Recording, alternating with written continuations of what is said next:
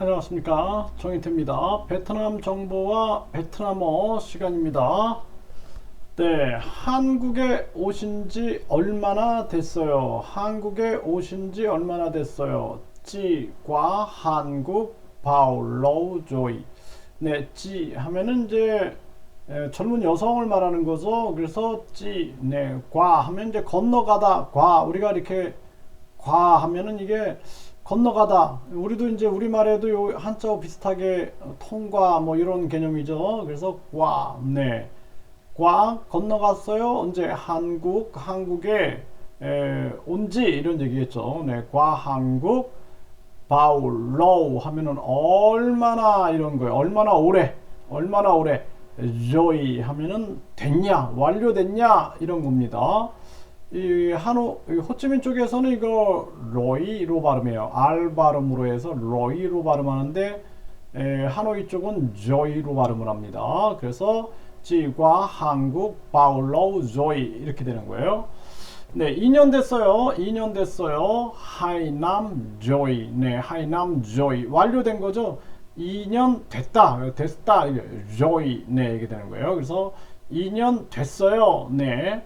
사양하지 마세요. 사양하지 마세요. 뭐뭐 하지 마세요 하면 릉이 됩니다. 릉. 근데 신 붙이면 공손한 표현이라고 그랬죠. 그래서 신릉 하면은 뭐뭐 하지 마세요 하는 거죠. 그래서 응언, 응아이, 사양하다. 네, 응언, 응아이. 네, 응언, 응아이 하면 사양하지 마세요. 신등, 응언, 응아이 이렇게 말하면 되겠습니다.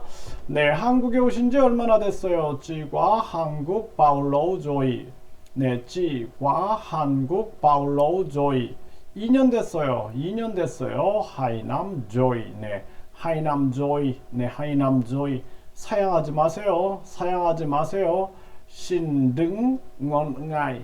신등 응언 응아이. 네, 요 발음 연습. 네, 정희태 신지식인 TV에 가면은 한국어 베트남어 섹션에 어떻게 발음하고 어떻게 읽는가 있다 그랬죠. 네, 이렇게 공부하시면 되고요.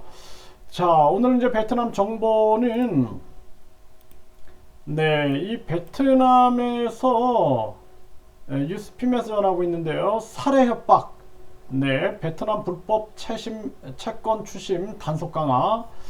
이 베트남도 이 돌아다니다 보면은 전당포가 굉장히 많습니다. 그래서 전당포에서 뭐 심지어는 오토바이를 맡겨놓고 돈을 빌리기도 하고. 그런데 이제 이 도박을 하는 경우도 많이 있어요. 물론 생계적인 측면도 많이 있지만.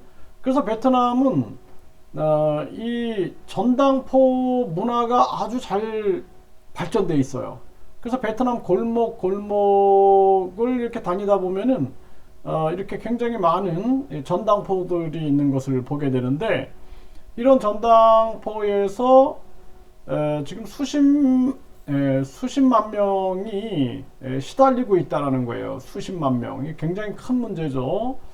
네, 그래서 여기 보면은 5천억, 네, 5천억 베트남 돈 규모의 채권을 불법적인 방법으로 회수한 것으로 조사가 됐다. 이렇게 얘기를 하고 있어요.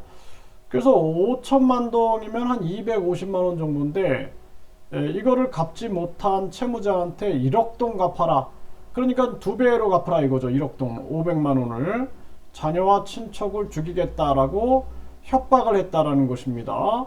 그래서 채무자와 자녀가 재학 중인 학교에 가스통을 배달한 뒤 학교를 폭파시키겠다, 교사들을 위협한 것으로 드러났다라는 것입니다.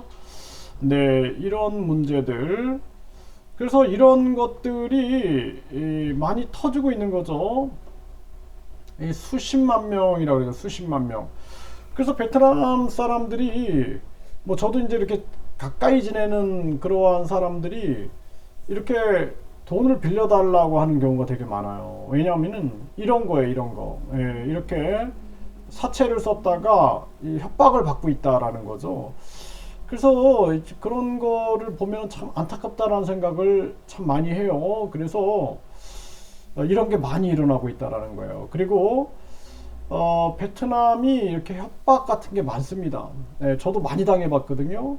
그래서 수시로 뭐 변호사다, 뭐 경찰이다, 뭐 공무원이다 해가지고 이제 자기 아는 사람들을 보내가지고 협박하는 경우가 되게 많고, 심지어는 이 폭력배들이 와가지고 온몸에 문신 새기고 한 7명씩 들어와가지고 막 협박하는 경우가 많습니다. 그래서 베트남에서 한국인들이 쉽지 않아요. 그래서 요즘에 한국인들이 베트남에 들어가겠다 뭐 이런 얘기들을 많이 하는데 너무 쉽게 생각하는 거예요. 네, 그리고 제가 베트남에서 한국인들이 망하는 이유를 시리즈로 계속 올려드리고 있는데 꼭 보시고 점검하고 또 점검해야 한다는 것입니다. 그리고 베트남이 이런 어떤 협박 문화 이런 것들이 굉장히 심해요. 그래서 저는 학생들한테도 협박도 많이 당해보고 강금도 당했어요.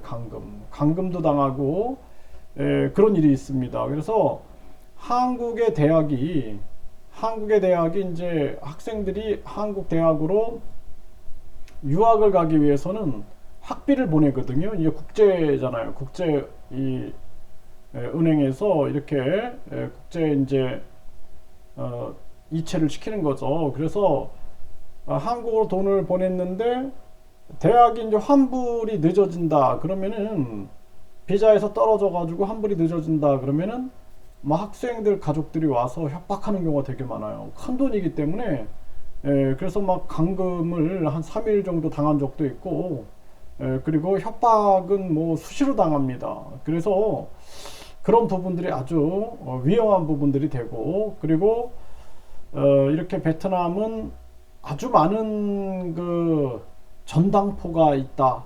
그래서 이 전당포에서 돈을 빌리고 사채를 쓰고 이 사채 또 이자가 굉장히 높죠. 네, 그래서 이자가 높기 때문에 여기에 시달리는 사람들이 많다라는 거예요. 그래서 수십만 명이 이 업체 한 업체 F88이라는 이 한 업체에서 10만 명이 시달리고 있다라는 거예요. 굉장히 무서운 얘기죠, 사실. 네, 그래서 이 가스통을 가지고 와서 폭파시키겠다, 뭐 자녀와 친척을 죽이겠다 이런 얘기를 하는데 아주 너무 많이 제가 협박을 너무 많이 당해가지고 이게 협박이 아주 생활화 될 수가 있어요. 그래서 누가 이렇게 사무실에 오는 것도 아주 좀 두려울 정도로 그러한 일들이 많습니다. 그래서 한국인들이 베트남에서 뭔가 하겠다 할 때는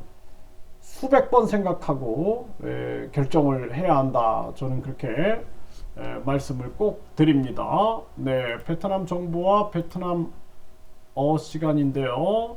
네, 오늘 베트남어는 한국에 오신 지 얼마나 됐어요? 찌과 한국 바울로 조이 2년 됐어요. 하이남 조이 사양하지 마세요. 신등 응언 응아이 네, 이렇게 해서 여러분들 조금씩 학습을 해 나가시길 바라겠습니다.